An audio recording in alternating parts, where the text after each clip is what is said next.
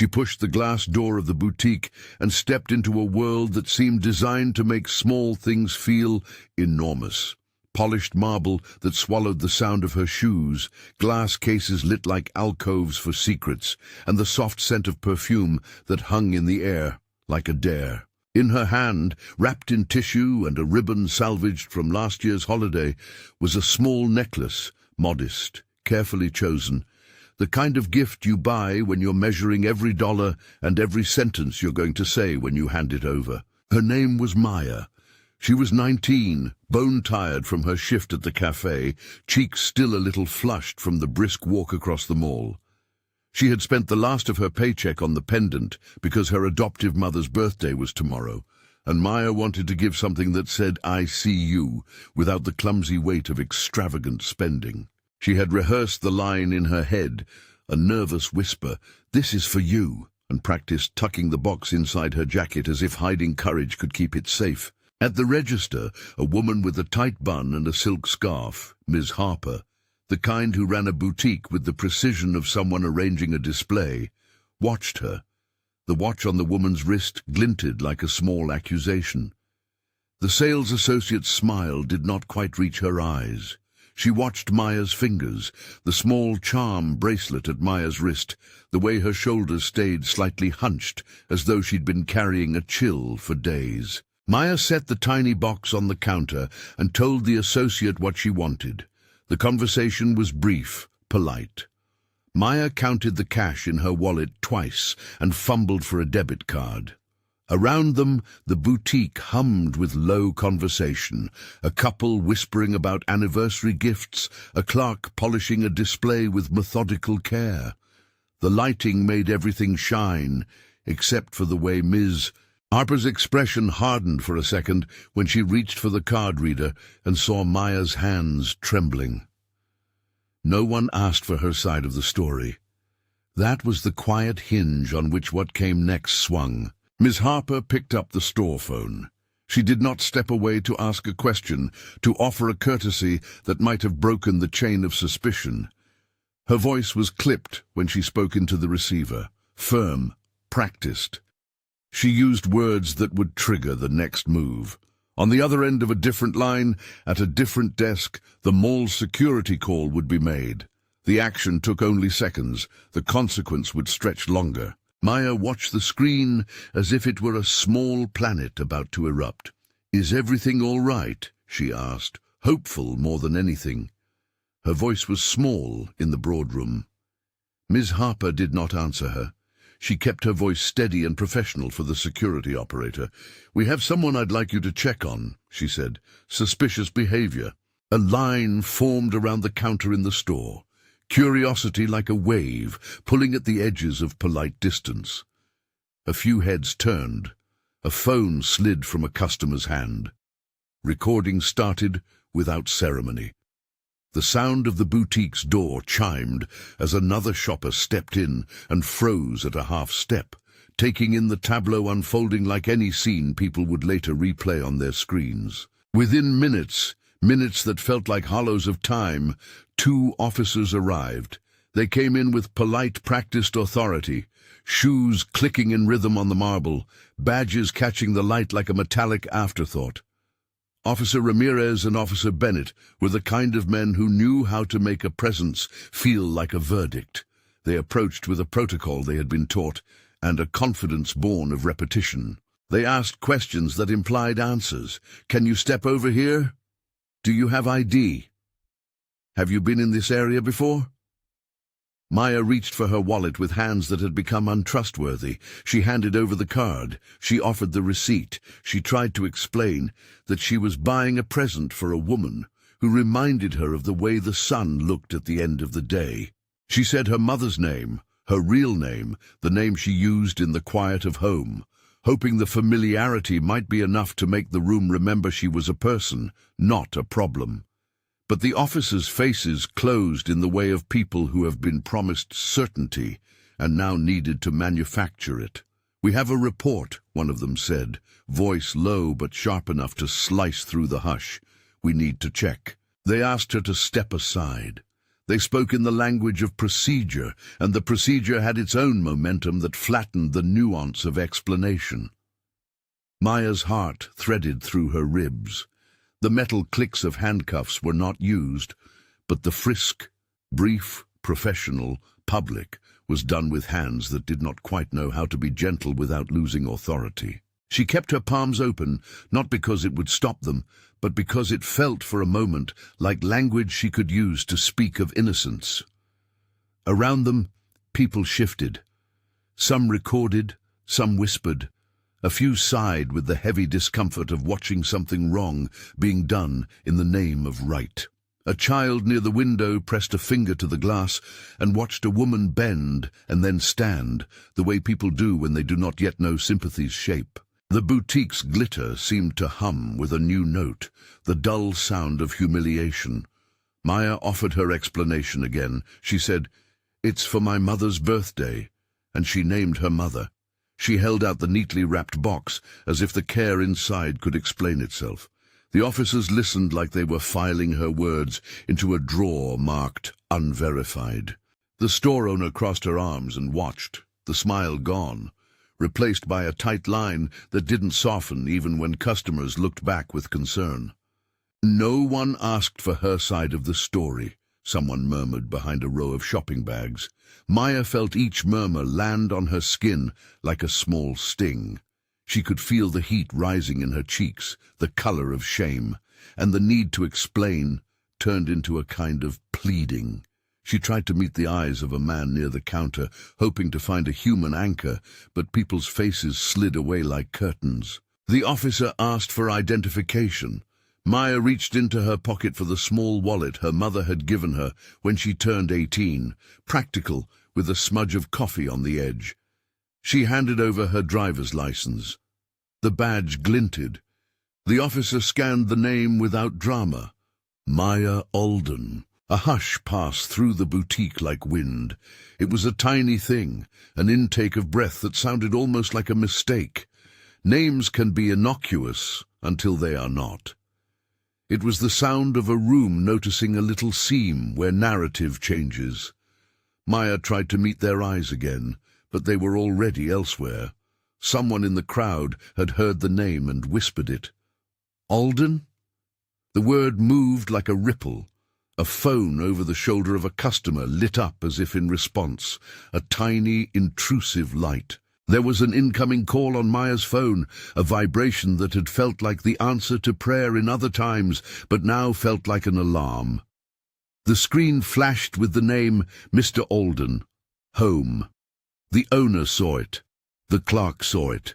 The officers registered it the way people register thunder, cautious, stunned, managing the fact of the sound without yet assembling its meaning. And then, outside, the soft boom of a heavy SUV eased to a stop.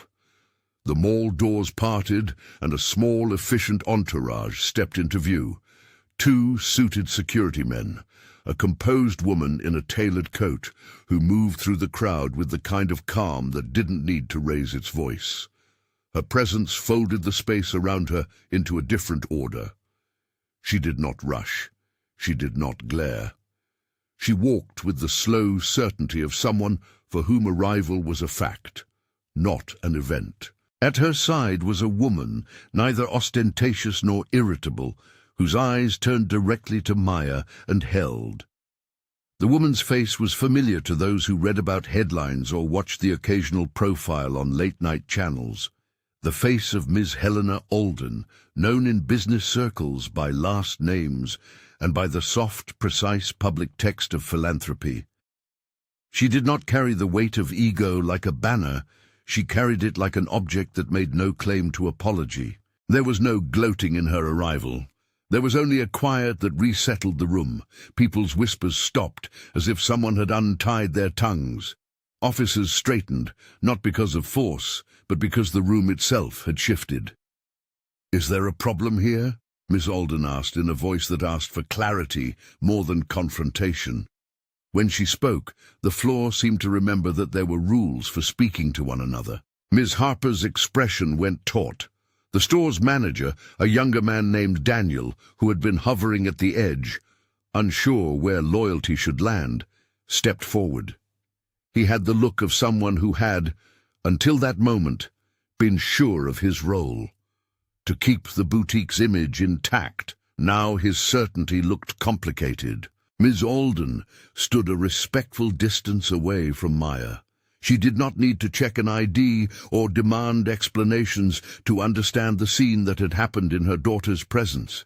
Perhaps past experience had taught her that dignity is not negotiated in public spectacles. The officers, having followed protocol, now found themselves measured by other obligations. They had a report to file, a need to justify their actions, but they also had to account for the fact that the person they had treated as suspicious bore a name that made the room tilt. One of them cleared his throat and offered a phrase that had more weight than it should. "We were called about suspicious behavior." Miss Alden's eyes were level when she replied. "You were called," she said, "and you acted. Now I'd like to know why my daughter was subjected to what looks like a search without a clear cause." There was no fury in her voice. There was only a steady demand for an answer that had a shape. The manager looked between them, and for a heartbeat the boutique felt like a small court. Miss Harper's hand trembled when she reached for her phone again, the same phone that had made the call. She seemed suddenly small, the silk scarf around her neck no longer a shield but a belt that tangled her. She muttered something about being cautious, about protecting merchandise. Words that had been firm when she pressed the button now sounded like a reflection in a glass that had been walked through. Miss Alden turned towards her with a kindness that could be bladed by expectation. "You protected property by stripping a young woman of her dignity," she said. "That's not protection. That's suspicion masquerading as security." There was no television-style flourish, no public shaming. Miss Alden's voice simply laid the fact like a brick on the counter. The store manager listened and, in the space of a few fumbled seconds, made a decision that was as administrative as it was moral. He apologized to Maya, the words clumsy but earnest, and then told Miss Harper that an internal investigation would be filed. Miss Harper was escorted into a small office. No one made an announcement about termination in front of the crowd, yet. But the seed of accountability had been planted. Mr. Alden's legal advisor, discreet in the background, took note. The officers, their position changed by the room's recalibration, offered a different kind of reply. "There will be a report filed," one of them said, "and we'll follow up." The tone was official, the kind of language that promises protocol rather than catharsis. Miss Alden nodded, satisfied that there would be a record. She asked for footage to be preserved and for store security to hand it over. She did not demand humiliation in return. She requested a process. For Maya, the pivot from being watched like a suspect to being recognized like a person was not an immediate salve. What had been done could not be unwound by an apology. The frisk, the way bone met palm, the whispered judgments, these were all ledger entries in a memory that would not be erased by a later statement. Yet there was a softening, an allowance that made the rest of the moment possible. Miss Alden stepped closer now, not to perform a parent's fury, but to close the distance between guardian and child. She placed a hand on Maya's shoulder with the kind of touch that said, without drama, "I am here." Maya's breath turned audible once, then twice, and some of the heat in her face cooled. "You didn't have to do anything heroic," Miss Alden said quietly, looking at the pendant box on the counter. "That you tried to do this yourself is enough." She turned to the manager. "I expect an apology from the store, in writing." Her words were precise. Her tone left no room for debate. There was a practical cadence to them. A legal team would follow. There would be a written statement, and there would be a discussion about policy. A few people in the crowd shifted their weight, some in relief at the correction, others in discomfort at having watched their earlier indifference corrected. Someone in the back said, "That wasn't fair," and it sounded like a small choir of conscience. A woman with a stroller dabbed at her eyes and looked away. Maya kept her hands around the small box as if it were more than ornament, an anchor. The clerk at the register fumbled with the receipt printer and then, quietly, completed the sale. They wrapped the necklace with a steadier hand than before. The world had come back into a shape where transactions were possible again, though the edges were different now. When they stepped away from the counter, Miss Alden did not let the moment dissolve into spectacle. She guided Maya to a bench outside the boutique where sunlight pooled like warm thought. She moved with the attention of a person who had learned long ago that wealth does not excuse the quiet ache of being judged. "You handled that like you always do," Miss Alden said once they sat. She did not call Maya brave, she called her steady, which felt truer. "You thought you could fix something small and make someone else's day." Maya's fingers worried at the ribbon. "I didn't want her to know how little I had," she said. "I didn't want it to matter that it was a small thing." Miss Alden's expression softened. "It shouldn't have to matter," she said. "But here we are. People look and decide quickly. It's easier to do that than to ask a question. That doesn't make it right." There was a fragile, honest conversation that did not need a stage. Miss Alden did not lecture. She asked, in that way parents sometimes do, "Did you feel safe?" The question hung honest and large. Maya exhaled. Her hands finally let go of the box. "No," she admitted, "not really. I felt like I had to shrink." The billionaire's adopted daughter glanced up toward the boutique, where the manager was now speaking with security, the air around them tight with the business of remediation. The incident would become a file, perhaps a headline, perhaps something that archived among many other confessions of systemic error. For Maya, it was a wound that would scab over. Miss Alden listened as if the word shrink explained a lot. "You don't have to make yourself small to fit in," she said. Her voice was soft, but not sentimental. "And no one has the right to take that from you." They talked about identity not in the celebratory way tabloids do, billionaire's daughter, but in the quieter way that a family talks after something complicated happens, with truths and clarifications. Miss Alden explained that being part of their household did not mean Maya's struggles were erased. The money could arrange security and lawyers, yes, but it could not inoculate her from the simple cruelty of assumptions. The lesson was larger than wealth. It was about how quickly people painted a picture of another human with a single stroke. "You're a part of this family because of who you are," Ms. Alden said. "Not because of what you can buy, and not because anyone else decides who you should be." Maya nodded. There was a steadiness now that had the weight of a truth being accepted. The necklace in her lap felt less like a shield and more like a promise, both to the woman she was buying for and to herself. Back inside the boutique, the manager offered a public apology to the small group assembled there. It was not performative theatre. It was an attempt at repair.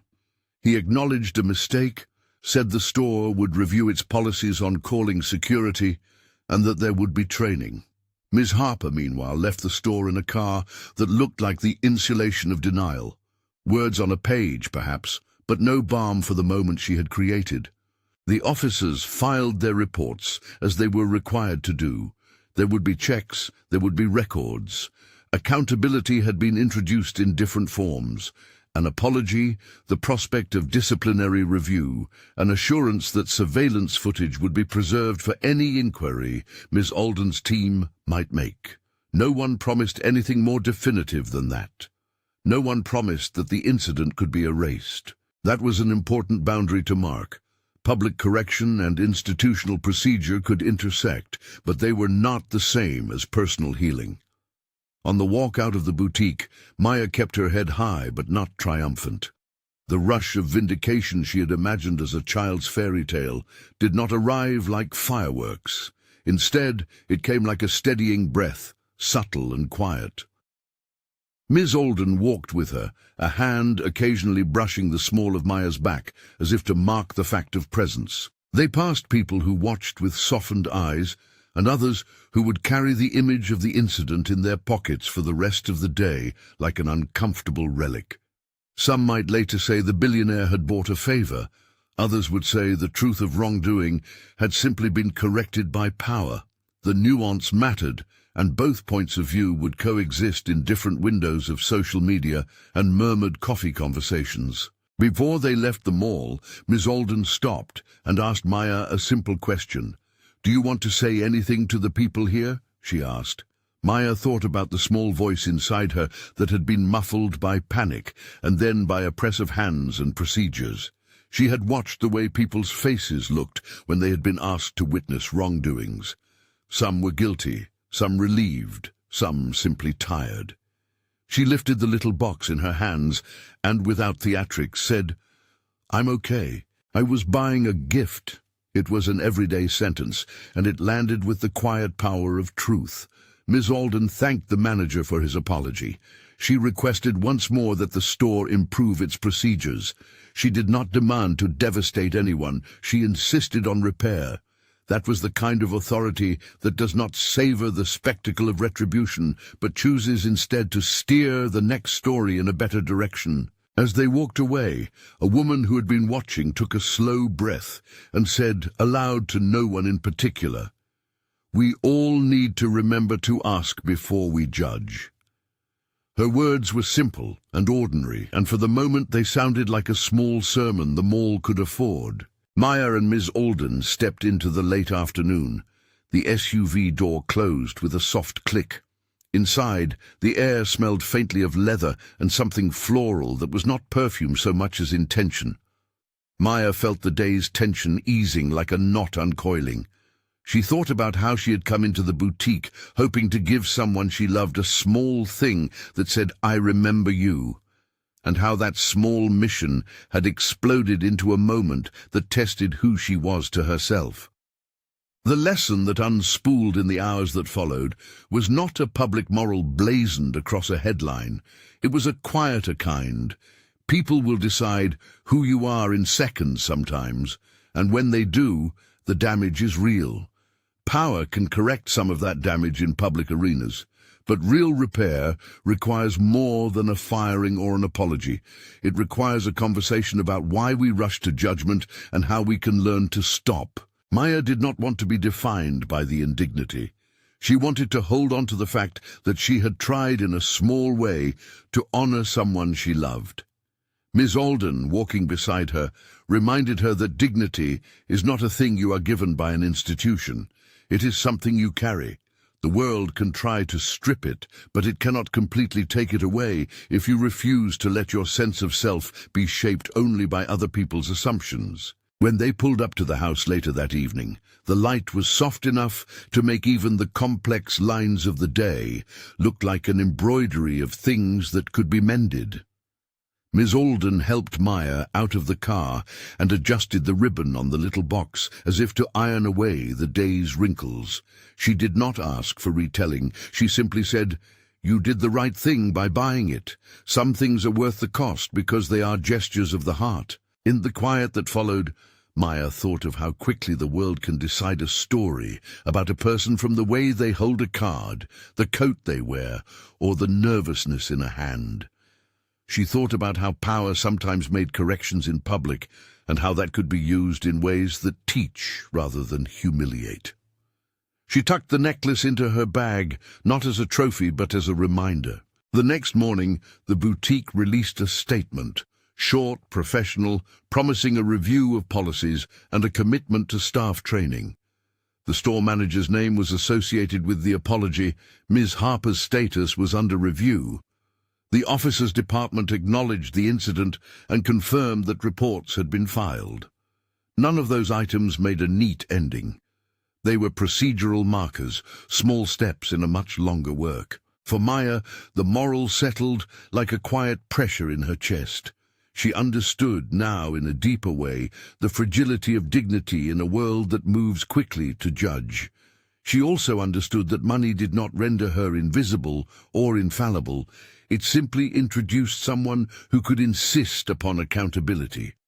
That was a complicated comfort, not a shield against being hurt, but a mechanism for response.